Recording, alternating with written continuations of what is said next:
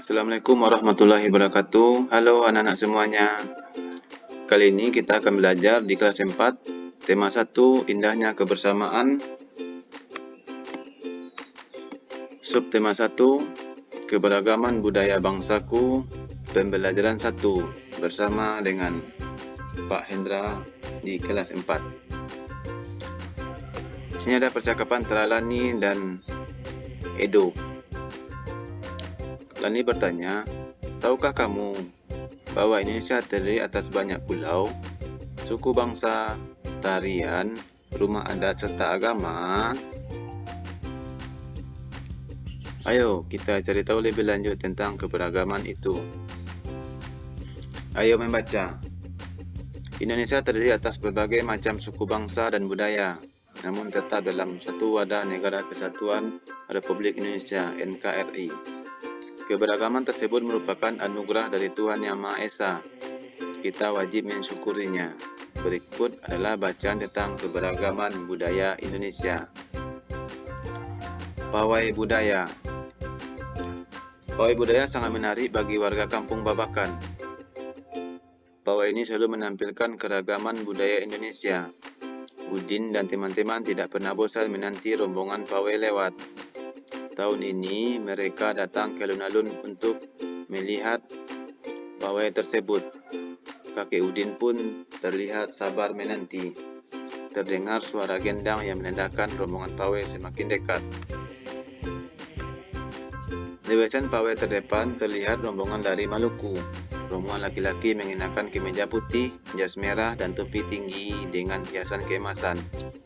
Rombongan perempuan mengenakan baju cele.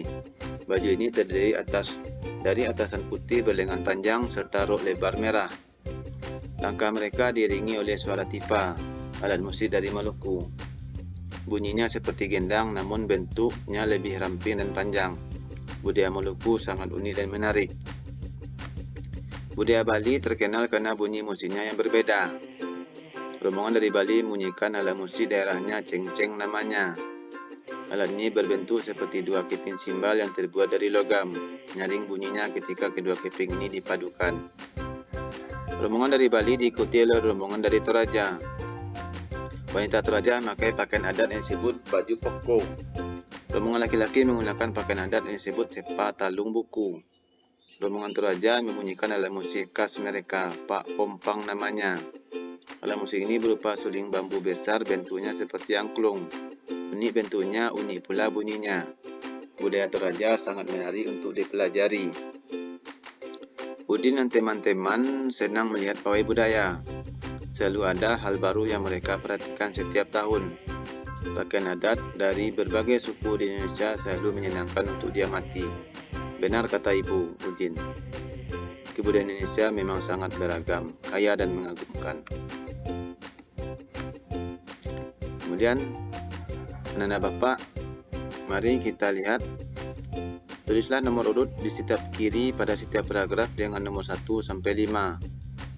Ini kita buat.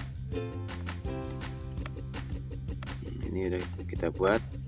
Di sini nomor 1, berarti ini paragraf 1. Nomor 2 ini paragraf 2. Nomor 3 ini paragraf 3, 4 dan 5. Di sini ada 5 paragraf. Kemudian, apa yang dibicarakan pada paragraf ke-1? Kita lihat, paragraf 1 itu membicarakan tentang pawai budaya sangat menarik bagi warga kampung Babakan karena menampilkan keragaman budaya Indonesia. Udin tidak pernah bosan menunggu pawai lewat. Mereka datang ke alun-alun beserta kakeknya juga ikut. Mereka sabar menunggu rombongan pawai lewat. Kemudian, setiap paragraf biasanya terdiri atas setiap bacaan biasanya terdiri atas beberapa paragraf. Setiap paragraf memiliki gagasan pokok yang didukung oleh gagasan pendukung. Gagasan pokok adalah ide utama yang dibahas dalam suatu bacaan. Dapat berupa kalimat inti atau berupa pokok paragraf. Gagasan pendukung adalah uraian atau tambahan informasi untuk gagasan pokok. Jadi, gagasan pokok itulah ide utama. Dapat berupa kalimat inti atau berupa pokok paragraf. Sedangkan gagasan pendukung adalah uraian atau tambahan informasi untuk gagasan pokok. Bacalah paragraf kedua dan temukan gagasan pokok dan gagasan pendukungnya. Kita baca paragraf kedua. Ini paragraf kedua. Di bahasan paling depan terlihat rombongan dari Maluku. Biasanya gagasan pokok itu terdapat pada awal kalimat dan juga pada akhir kalimat. Akhir kalimatnya budaya Maluku sangat unik dan menarik. Jadi yang pokok, yang inti dari paragraf ini adalah budaya Maluku sangat unik dan menarik. Ini inti kalimatnya. Kenapa dikatakan sangat unik dan menarik? Tentu ada penjelasannya. Yang pertama, dia berdiri di terdepan. Biasanya orang yang berdiri terdepan itu adalah orang yang unik. Kemudian rombongan laki-laki mengenakan baju kemeja putih, jas merah. Ini menarik ini. Kemudian rombongan perempuan menggunakan baju cele yang juga atasnya putih serta roknya lebar merah. Ini. Kemudian alat musik tifa juga unik seperti gendang namun lebih ramping dan panjang. Ini pendukungnya semuanya. Yang pokoknya itu budaya Maluku sangat unik dan menarik. Dan kita lanjut. Sekarang temukan gagasan pokok dan gagasan pendukung untuk paragraf 3, 4, dan 5. Kita lihat paragraf 3. Baca lagi paragraf 3 itu. Dapat di sana gagasan pokoknya itu budaya Bali terkenal karena bunyi musiknya yang berbeda. Kenapa ini diambil gagasan pokoknya? Karena rombongan Bali itu dia memiliki alat musik namanya cengceng. Cengceng ini berbentuk dua keping simbal yang terbuat dari logam. Nyaring bunyinya ketika dua keping ini dipadukan. Jadi itu gagasan pendukungnya. Kemudian paragraf keempat. Jadi kita lihat yang pokoknya itu budaya Toraja sangat menarik untuk dipelajari. Kenapa sangat menarik? Karena laki-laki memakai pakaian adat sepat talung buku, wanitanya baju koko, alat musiknya pak pompang ini supaya suling dalam bentuk angklung, pak pompang bunyinya unik dan unik pula bentuknya, unik pula bunyinya. Untuk paragraf kelima, silakan anak-anak cari sendiri ya apa gagasan pokoknya dan gagasan pendukungnya. Silakan dibuat dalam buku latihannya. Kemudian tulis kembali gagasan-gagasan pendukung dari paragraf 3, 4, dan 5. Kemudian anak-anak hebat semuanya salin kembali gagasan-gagasan pendukung dari paragraf 3, 4, dan 5 itu menjadi sebuah paragraf gabung semuanya di sini. Silakan disalin kembali, dilihat kembali gambarnya tadi, disalin kolom ini. Wah, budaya Indonesia sangat beragam. Apa yang membuat setiap budaya berbeda? Lani bertanya-tanya. Ayo kita pelajari. Indonesia adalah negara yang sangat beragam budaya, agama, bahasa daerahnya. Sebagai warga negara yang baik, kita wajib menghargai keberagaman tersebut. Ayo berlatih. Bertanyalah kepada temanmu atau tetangga di rumah untuk mencari keberagaman suku bangsa. Yang pertama, Siti, daerah asalnya Padang. Ciri khas daerah itu makanannya rendang, rumah adatnya rumah Gadang. So kita cari namanya Togar misalnya, daerah asalnya dari Medan. Ciri khasnya makanannya bika ambon, rumahnya rumah Batak Toba. Dan Gani dari Papua, ciri khasnya yaitu makanannya papeda, rumahnya rumah Honai. Kemudian ada Vester dari Nias, ciri khas daerahnya itu lompat batu. Nah, semuanya silakan dicari dua lagi ya, masing-masing harus berbeda, buat dalam buku latihannya. Kemudian kita jawab pertanyaan ini. Setelah mendapatkan informasi di atas, jawablah pertanyaan berikut. Apakah kalian semua berasal dari daerah asal yang sama? Tentu tidak. Kami berasal dari daerah yang berbeda. Ada yang dari Padang, dari Papua, dari Nias, dari Medan tadi. Apa kalian punya ciri khas daerah yang sama? Tentu tidak. Kami memiliki ciri khas yang berbeda. Ada rendang, papeda, bika ambon, itu beberapa jenis makanan. rumah gadang, rumah Batak Toba, rumah Hona itu jenis rumah adat daerah kami masing-masing. Bagaimana sikap yang seharusnya kalian tunjukkan terhadap perbedaan yang ada? Sikap kita itu saling menghormati, saling menghargai terhadap perbedaan yang ada. Tidak boleh saling mengejek, menghina, tidak boleh juga masa kita yang paling hebat. Ya, bagus sekali. Anak-anak, perbedaan yang ada pada setiap daerah di Indonesia merupakan suatu anugerah dari Tuhan yang patut kita syukuri. Nah, sekarang tuliskan pada kolom berikut apa yang telah kamu lakukan untuk menghargai perbedaan yang ada.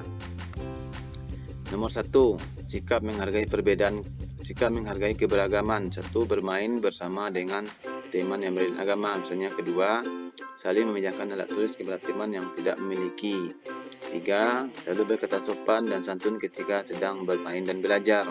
4, memuji makanan daerah teman. Nah, silakan kamu tulis satu lagi ya.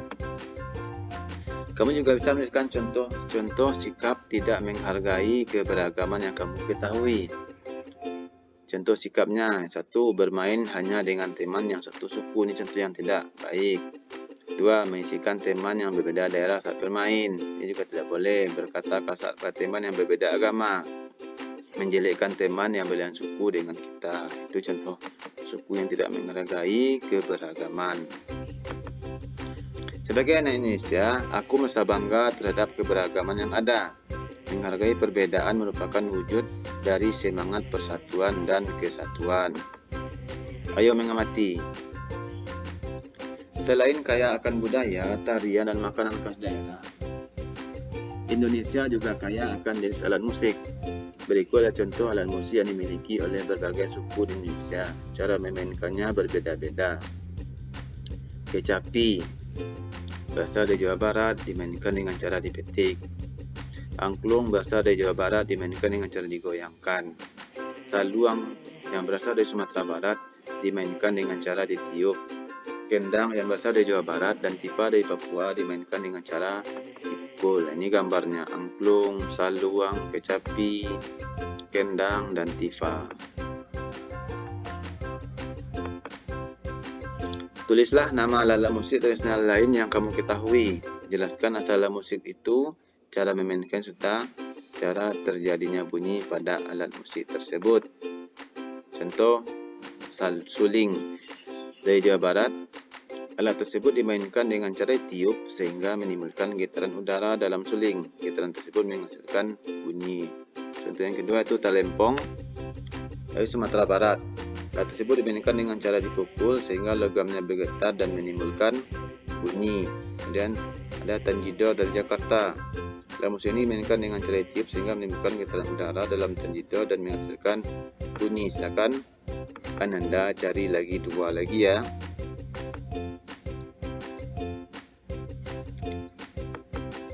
Kemudian, ayo amati benda-benda yang ada di sekitarmu. Ambillah 5 benda yang kamu anggap sebagai sumber bunyi. Pastikan bahwa benda yang kamu temukan berbeda cara membunyikannya. Ditiup, digesek, dipetik, dipukul, dan ditekan. Contoh, peluit. Peluit ditiup sehingga terjadi getaran udara dalam peluit. Getaran tersebut menghasilkan bunyi. Kemudian ada gitar misalnya. Gitar dipetik sehingga terjadi getaran senar gitar dan getaran udara dalam gitar sehingga menghasilkan bunyi. Piano ditekan sehingga terjadi getaran udara dalam piano dan menghasilkan bunyi. Kemudian plastik, misalnya plastik diremuk sehingga juga bisa menghasilkan bunyi. Menurutmu bagaimana bunyi dapat dihasilkan oleh benda-benda tadi? Bunyi dapat dihasilkan karena adanya getaran, kebanyakan getaran udara. Tuhan Yang Maha Esa menganugerahkan kita indera pendengar. Melalui indera ini, kita dapat mendengar dan menikmati hasil karya seni budaya yang beragam. Ayo kita cari tahu lebih lanjut tentang hal tersebut. Bagaimana cara menghasilkan bunyi yang lebih keras atau lebih pelan? Biasanya kita menggunakan speaker. Ini. Segala macam bentuk bunyi berasal dari benda yang bergetar. Benda yang bergetar itu menghasilkan bunyi. Getaran suatu benda dapat mengakibatkan udara di sekitarnya bergetar. Getaran tersebut menimbulkan gelombang bunyi di udara. Benda-benda bergetar dan menghasilkan bunyi disebut dengan sumber bunyi. Benda-benda yang bergetar dan menghasilkan bunyi disebut dengan sumber bunyi. Bunyi dapat merambat melalui benda padat, cair, dan gas. Bunyi dapat merambat melalui benda padat, cair, dan gas. Akan tetapi, bunyi tidak dapat merambat pada ruang hampa.